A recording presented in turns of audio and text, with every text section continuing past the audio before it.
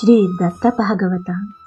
ಶಿವಂ ಶಾಂತಂ ಪ್ರಸನ್ನಂ ಓಂಕಾರಂ ಸಚ್ಚಿತ್ಸುಖ ಕೇವಲಂ ಭಕ್ತ ಮುಕ್ತಿಪ್ರದಂ ವಂದೇ ದತ್ತಾತ್ರೇಯಂ ಜಗದ್ಗುರುಂ. ಭಾಗ 5, ಉತ್ತರಕಾಂಡ, ತೃತೀಯ ಸ್ಕಂದ, ಶ್ರೀ ಸ್ವಾಮಿ ಸಮರ್ಥ ಕಥಾಮೃತ. ಅಧ್ಯಾಯ 4.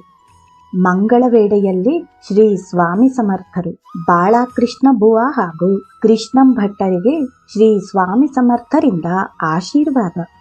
ಶ್ರೀ ಸ್ವಾಮಿ ಸಮರ್ಥರು ಭರತಖಂಡದಲ್ಲೆಲ್ಲ ಸಂಚರಿಸಿ ಅನೇಕ ತೀರ್ಥಕ್ಷೇತ್ರಗಳನ್ನು ಪವಿತ್ರಗೊಳಿಸಿ ಅಲ್ಲಿನ ಭಕ್ತರನ್ನು ಉದ್ಧರಿಸುತ್ತಾ ಇಸವಿ 1838ರಲ್ಲಿ ಶ್ರೀಗಳು ಹಿಂದೆ ಬಸವಣ್ಣನವರು ಬಂದು ಹೋದ ಪವಿತ್ರ ಭೂಮಿ ಗೋವಿಂದಬುವ, ದಾಮೋಜಿ ಪಂಥ, ಕಾನೋಪಾತ್ರ, ಜೋಖಾಮೇಳ, ಮುನಿಬಾಬಾ, ಬಾಳಕೃಷ್ಣ ಬಾಬಾ ಹೀಗೆ ಅನೇಕ ಪುಣ್ಯ ಪುರುಷರು ದರ್ಶಿಸಿದ ನೆಲವಾದ ಪುಣ್ಯಗ್ರಾಮ ಮಂಗಳವೇಡೆಗೆ ಬಂದು ಅಲ್ಲಿ ಸುಮಾರು 12 ವರ್ಷಗಳ ಕಾಲವಿದ್ದು ಅಲ್ಲಿನ ಹಲವಾರು ಭಕ್ತರನ್ನು ಉದ್ಧರಿಸಿದ ಸತ್ಯಕಥೆಯು ಎಂತಿರುವುದೆಂದರೆ, ಶ್ರೀ ಸ್ವಾಮಿ ಸಮರ್ಥರು ಮಂಗಳವೇಡೆಗೆ ಬಂದು ಅಲ್ಲಿನ ಊರ ಹತ್ತಿರವಿರುವ ಅಡವಿಯಲ್ಲಿ ಉಳಿಯ ಹತ್ತಿದರು.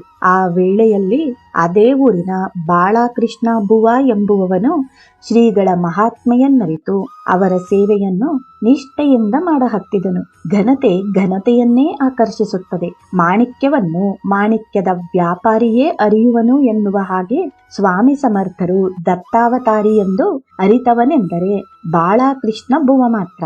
ಶ್ರೀ ಸ್ವಾಮಿ ಸಮರ್ಥರಿಗೆ ಕೆಲವು ಕಡೆ ಚಂಚಲ ಭಾರತಿ, ಮತ್ತೊಂದೆಡೆಗೆ ಚೈತನ್ಯ ನರಸಿಂಹ ಸರಸ್ವತಿ, ಇನ್ನೊಂದೆಡೆಗೆ ದಿಗಂಬರ ಬುವ, ಹಲವೆಡೆಗೆ ಹಲವು ನಾಮಗಳಿಂದ ಕರೆಯುತ್ತಿದ್ದರು. ಆದರೆ ಸ್ವಾಮಿ ಸಮರ್ಥರ ನೈಜ ಸ್ವರೂಪವನ್ನು ಎಲ್ಲೂ ತೋರಗೊಡಲಿಲ್ಲ. ಹಾಗೆಯೇ ಮಂಗಳವೇಡೆಯಲ್ಲಿ ಇರುವವರೆಗೆ ಅವರಿಗೆ ದಿಗಂಬರ ಬುವ ಎಂದು ಕರೆಯಲ್ಪಡ ಹತ್ತಿದರು. ಹೀಗೆ ಲಹರಿ ಸ್ವಭಾವದವರಾದ ಸ್ವಾಮಿ ಸಮರ್ಥರು ತಿಂಗಳಿಗೊಮ್ಮೆ ಊರಲ್ಲಿ ಬಂದು ರಸ್ತೆಯ ಮೇಲೆ ಧೂಳಿನಲ್ಲಿಯೇ ಹುಚ್ಚರಂತೆ ಕುಳಿತುಕೊಳ್ಳುತ್ತಿದ್ದರು. ಯಾರಾದರೂ ಏನಾದರೂ ಕೊಟ್ಟರೆ ಅಷ್ಟನ್ನೇ ತಿನ್ನುವರು. ಅವರ ಹುಚ್ಚುತನದ ಪ್ರವೃತ್ತಿಯನ್ನು ಕಂಡು ಎಲ್ಲರೂ ಇವನೊಬ್ಬ ಹುಚ್ಚನೆಂದೇ ಕರೆಯತೊಡಗಿದರು. ಆದರೆ ಬಾಳಕೃಷ್ಣ ಬುವ ಮಾತ್ರ ಈ ದಿಗಂಬರ ಬುವನ ದರ್ಶನ ಮಾಡುವುದನ್ನು ಎಂದೂ ಮರೆಯುತ್ತಿರಲಿಲ್ಲ. ಹಾಗೆಯೇ ಬಾಳಕೃಷ್ಣ ಬುವ ಬಂದಾಗ ಸ್ವಾಮಿ ಸಮರ್ಥರು ಅವನಿಗೆ ಯಾವಾಗಲೂ ಪಾಂಡುರಂಗನಾಗಿ ದರ್ಶನ ನೀಡುತ್ತಿದ್ದರು. ಅದಕ್ಕೆ ಅಷ್ಟೇ ಭಕ್ತಿಯಿಂದ ಬಾಳಕೃಷ್ಣ ಬುವಾನು ಕೂಡ ನಡೆದುಕೊಳ್ಳುತ್ತಿದ್ದನು. ಹೀಗೆ ಸ್ವಾಮಿ ಸಮರ್ಥರ ಆಶೀರ್ವಾದದಿಂದಾಗಿ ಉದ್ಧಾರ ಹೊಂದಿದ ಬಾಳಕೃಷ್ಣ ಬುವಾನು ಕೂಡ ಮುಂದೆ ಮಹಾನ್ ಯೋಗಿಯಾಗಿ ಹಲವಾರು ಲೀಲೆಗಳನ್ನು ಮಾಡುವನು. ಹೀಗಿರಲು ಒಂದು ದಿನ ಶ್ರೀ ಸ್ವಾಮಿ ಸಮರ್ಥರು ದಾಮೋಜಿ ಪಂಥರ ಸಮಾಧಿ ಹತ್ತಿರ ಅನುಷ್ಠಾನವನ್ನು ಕೈಗೊಂಡಾಗ ಅದೇ ಊರಿನ ಕೃಷ್ಣಂ ಭಟ್ಟ ಕಾಂಪಾಶೀಕರ ಎಂಬ ಒಬ್ಬ ಬ್ರಾಹ್ಮಣನಿಗೆ ಇವರ ಬಗ್ಗೆ ಪ್ರೇಮಳ ಭಾವ ಮೂಡುವುದು. ಶ್ರೀ ಸ್ವಾಮಿ ಸಮರ್ಥರು ಮಂಗಳವೇಳೆಯ ದಾಮೋಜಿ ಪಂಥರ ಸಮಾಧಿಗೆ ಬಂದ ದಿನಂದೇ ಅತ್ತ ಪತ್ರಿ ಗ್ರಾಮದಲ್ಲಿ ಕ್ರಿಸ್ತ ಶಕ 1818ರ ಸುಮಾರಿಗೆ ಶ್ರೀ ಸಾಯಿಬಾಬಾನ ಜನ್ಮವಾಗಿದೆ ಎಂದು ಹೇಳಲಾಗುತ್ತದೆ. ಅವರ ಅಜಾನುಭಾವವಾದ ಶರೀರದ ಹಾಗೂ ತೇಜಃಪುಂಜವಾದ ಮೂರ್ತಿ ನೋಡಿ ಇವರು ಯಾರೋ ಮಹಾತ್ಮರಿರಬೇಕೆಂದು ಅನ್ನಿಸಿ ಒಂದು ದಿನ ಅವರ ದರ್ಶನಾರ್ಥವಾಗಿ ಅವರಿರುವಲ್ಲಿಗೆ ಹೋಗಿ ಅವರ ಪಾದಕ್ಕೆರಗಿ, ಮಹಾನುಭಾವರೇ, ತಾವು ನಮ್ಮ ಮನೆಗೆ ಬರಬೇಕೆಂದು ಭಕ್ತಿಯಿಂದ ಪ್ರಾರ್ಥಿಸಲು ಕರುಣಾಮೂರ್ತಿಯಾದ ಸ್ವಾಮಿ ಸಮರ್ಥರು ಹರ್ಷದಿಂದ ಆಯಿತೆಂದು ಹೇಳಿ ಮಾರನೇ ದಿನವೇ ಅವನ ಮನೆಯ ಮುಂದೆ ಹೋಗಿ ನಿಲ್ಲುವರು. ಅಂದು ಕೃಷ್ಣಂ ಭಟ್ಟರ ಆನಂದಕ್ಕೆ ಪಾರವೇ ಇಲ್ಲ.